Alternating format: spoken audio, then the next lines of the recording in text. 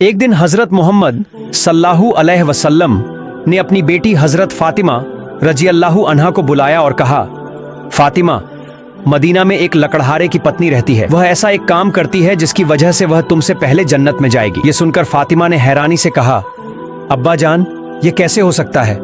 मैं तो जन्नत की सभी औरतों की सरदार हूँ। कोई मुझसे पहले जन्नत में कैसे जा सकता है? मुझे भी यह जानने की इच्छा है कि वह ऐसा कौन सा काम करती है। कृपया आप मुझे उसका पता बताएं ताकि मैं जाकर देख सकूं। मोहम्मद सल्लल्लाहु अलैहि वसल्लम ने कहा, फातिमा, आज तुम घर लौट जाओ। कुछ दिनों बाद मैं तुम्हें बुलाकर उस लकड़हारे की पत्नी के बारे में बता दूंगा। फातिमा यह सुनकर घर लौट गईं और कुछ दिन बीत गए। इस बीच हजरत फातिमा रजी अल्लाहु अन्हा बीमार हो गईं। 3 दिन से उनके घर में कोई खाना नहीं था, जिससे उनकी हालत और भी खराब हो गई। उनके पति हजरत अली रजी अल्लाहु अन्हु के पास भी इतने पैसे नहीं थे कि वह खाना खरीद सकें। 3 दिन के बाद हजरत फातिमा ने हजरत अली से कहा, प्यारे शौहर, आपको याद होगा कि अब्बा जान ने हमारी शादी के वक्त यह कपड़ा मुझे तोहफे में दिया था। यह एक बरकत वाला कपड़ा है। मेरा दिल नहीं चाहता कि इसे बेचूं, लेकिन घर में खाने को कुछ भी नहीं है, इसलिए आप इस कपड़े को बाजार में बेचकर खाना ले आइए। हजरत अली कपड़े को लेकर बाजार चले गए। उन्होंने कई लोगों को कपड़ा दिखाया, लेकिन क्योंकि कपड़ा पुराना था, कोई भी उसे खरीदने में दिलचस्पी नहीं दिखा रहा था। इससे हजरत अली बहुत परेशान हो गए। उन्होंने अल्लाह से दुआ की, या रब्बुल आलमीन, मेरी पत्नी और बच्चे 3 दिन से भूखे हैं। ये कपड़ा पुराना है, इसलिए कोई इसे नहीं खरीद रहा।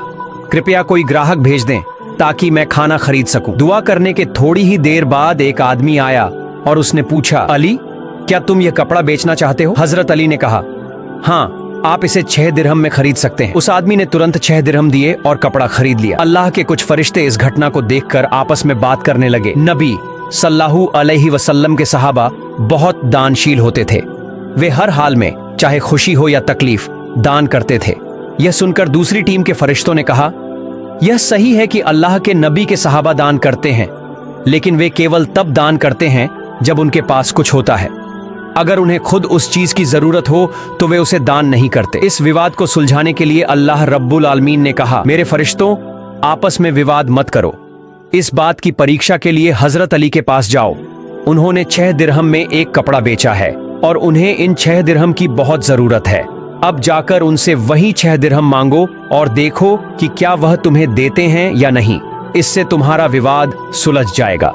अल्लाह रब्बुल आलमीन के निर्देश के बाद एक फरिश्ता फकीर के वेश में हजरत अली रजी अल्लाहु अन्हु के पास पहुंचा। हजरत अली उस समय 6 दिरहम से खाना खरीदने जा रहे थे।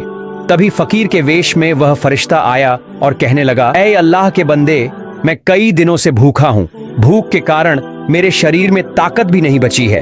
अल्लाह के नाम पर मुझ पर रहम करो और मुझे कुछ मदद दे दो ताकि मैं खाना खरीदकर अपनी भूख मिटा सकूं। फकीर की इस विनती को सुनकर हजरत अली रजी अल्लाहु ताला अन्हु सोचने लगे, ऐ अल्लाह, 3 दिन से मेरी पत्नी और बच्चे भूखे हैं। 3 दिन बाद मेरी पत्नी फातिमा ने मुझे एक कपड़ा दिया ताकि उसे बेचकर मैं उनके लिए खाना खरीद लाऊं, लेकिन अब अल्लाह का एक असहाय बंदा मुझसे भीख मांग रहा है। अब मैं क्या करूं?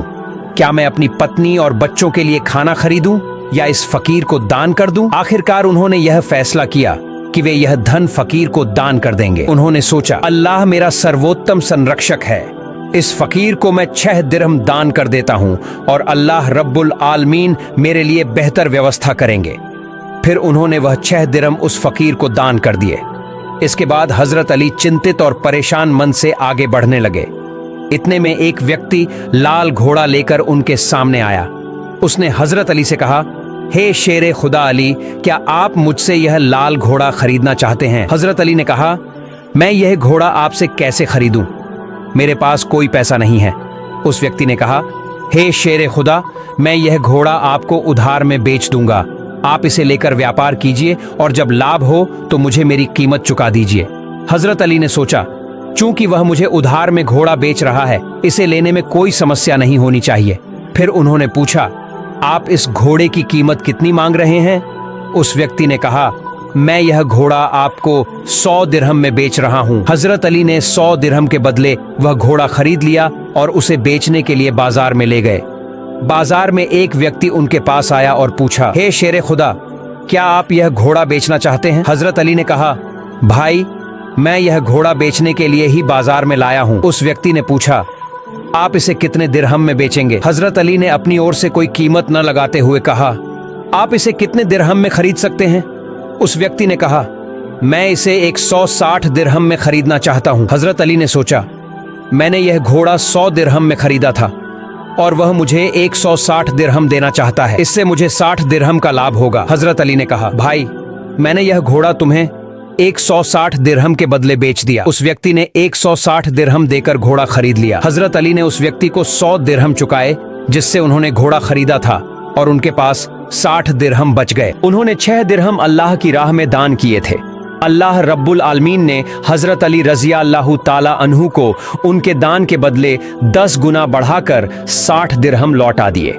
फिर शेर खुदा हजरत अली रज़िया अल्लाहु ताला अन्हु ने उन 60 दिरहमों से ढेर सारा खाना खरीदकर घर की ओर रुख किया। जब वे ढेर सारे खाने के साथ घर लौटे तो हजरत फातिमा रज़िया अल्लाहु ताला अन्हा ने उनसे पूछा, हे अली, मैंने तुम्हें जो कपड़ा बेचने के लिए दिया था उसकी कीमत से तो इतना सारा खाना खरीदना संभव नहीं है, फिर तुमने इतना सारा खाना खरीदने के लिए पैसा कहां से पाया? पहले मुझे ये बात बताओ, फिर ही तुम घर के अंदर आ सकोगे। हजरत अली ने मुस्कुराते हुए जवाब दिया, फातिमा, तुम्हारा शौहर हजरत अली कभी भी किसी गलत तरीके से पैसा नहीं कमाएगा। मैंने जो पैसे कमाए हैं वे पूरी तरह से वैध तरीके से कमाए गए हैं, इसलिए इसमें तुम्हें शक करने की कोई जरूरत नहीं है। हजरत फातिमा रज़िया अल्लाहु ताला अन्हा ने यह सुनकर संतोष व्यक्त किया। एक दिन हजरत फातिमा रज़िया अल्लाहु ताला अन्हा ने हजरत मोहम्मद रसूलुल्लाह सल्लल्लाहु अलैहि वसल्लम से कहा, या रसूलुल्लाह, मुझे किसी नेक महिला का पता बताएं जिसकी वजह से वह मुझे पहले जन्नत में दाखिल होगी। तब रसूलुल्लाह सल्लल्लाहु अलैहि वसल्लम ने फरमाया, फातिमा, वह लकड़हारा और उसकी पत्नी एक निर्जन जंगल में रहते हैं, तुम वहां जाकर उनसे मुलाकात कर सकती हो। रसूलुल्लाह सल्लल्लाहु अलैहि वसल्लम से उस लकड़हारे की पत्नी का पता मिलने के बाद हजरत फातिमा रज़िया अल्लाहु ताला अन्हा उनसे मिलने के लिए रवाना हो गईं। जब वे लकड़हारे के घर पहुंची तो उन्होंने सलाम किया और कहा, क्या घर में कोई है? मैं नबी की बेटी हजरत फातिमा हूं, क्या मैं घर के अंदर आ सकती हूं? अंदर से आवाज आई, मैं परम सौभाग्यशाली हूं कि मेरे घर में नबी की बेटी हजरत फातिमा आई हैं। आप बताएं कि आपने मेरे घर में आने का क्या कारण बताया? हजरत फातिमा ने कहा, मैं आपसे मिलना चाहती हूं, कृपया मुझे अंदर आने दें। लकड़हारे की पत्नी ने कहा, हे अल्लाह के नबी की बेटी, आप तो जन्नत की सरदारनी हैं, आपसे मिलने की मेरी गहरी इच्छा है, लेकिन फिर भी मैं आपको घर में आने की अनुमति नहीं दे सकती, क्योंकि यह मेरे पति का घर है और मैं अपने पति से बिना अनुमति के किसी भी इंसान को घर में आने की इजाजत नहीं दे सकती। कृपया आप कल आइए, मैं अपने पति से आपकी अनुमति लेकर रखूंगी। अगर मेरे पति अनुमति देंगे तभी मैं आपको घर में प्रवेश करने की अनुमति दे सकूंगी।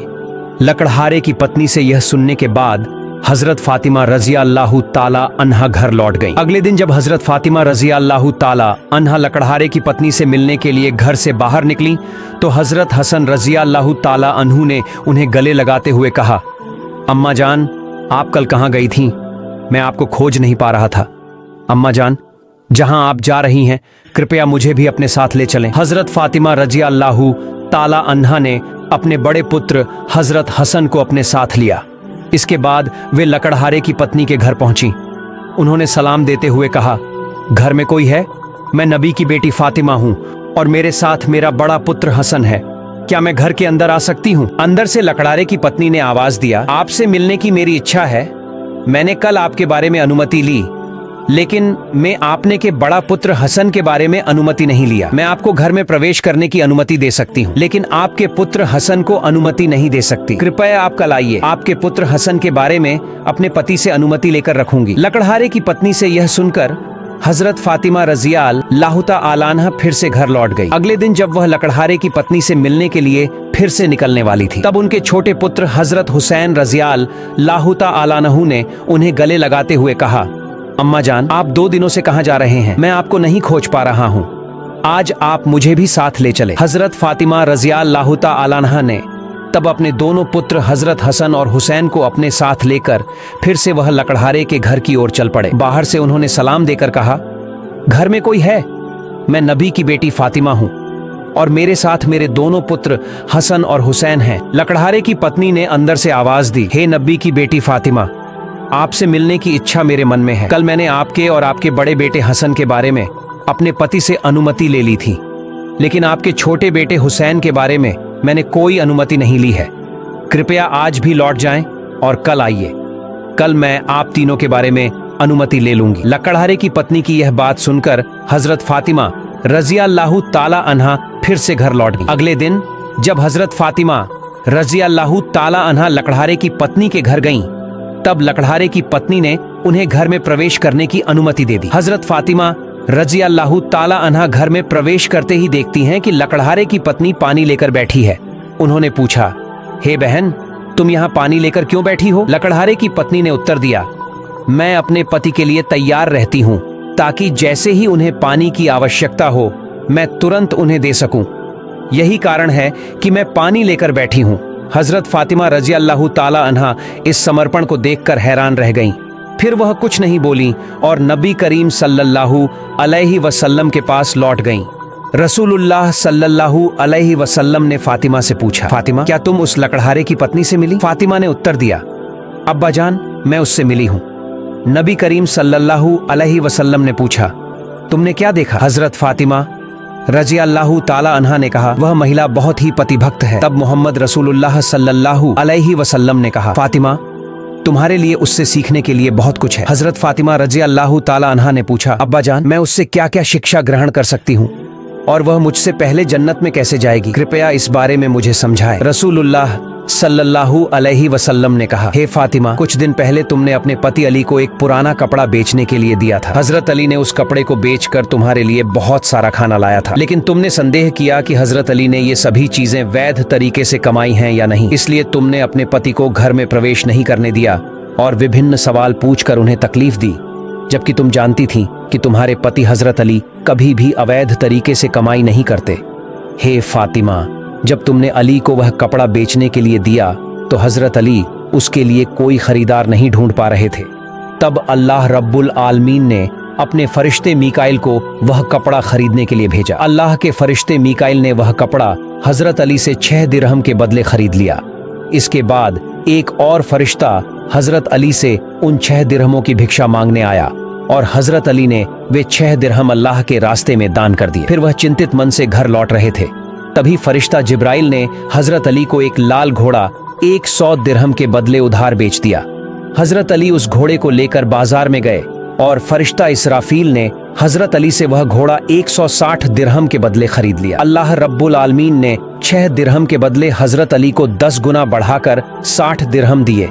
उसी पैसे से हजरत अली ने तुम्हारे लिए बहुत सारा खाना खरीदा था। हे फातिमा, सुनो, जिस कपड़े को हजरत अली ने बेचा था, अल्लाह रब्बुल आलमीन ने उस कपड़े को जन्नत में सुरक्षित रखा है, और जिस घोड़े से हजरत अली ने कारोबार किया था वह घोड़ा भी अल्लाह रब्बुल आलमीन ने जन्नत में सुरक्षित रखा है। कल क़यामत के दिन जब तुम जन्नत में प्रवेश करोगी तब तुम उस घोड़े पर बैठी होगी और वह कपड़ा घोड़े की लगाम बनेगा। उस लगाम को पकड़कर वही लकड़हारे की पत्नी खड़ी होगी। लगाम पकड़े रहने के कारण वह तुमसे पहले जन्नत में प्रवेश करेगी और तुम उसके बाद जन्नत में प्रवेश करोगी। प्यारे दोस्तों, आज का वीडियो यहीं समाप्त होता है। अगर आपको अगले पार्ट सुनना है तो कमेंट कीजिए। इंशाअल्लाह जल्द ही इस वीडियो के अगले भाग के साथ उपस्थित होऊंगा।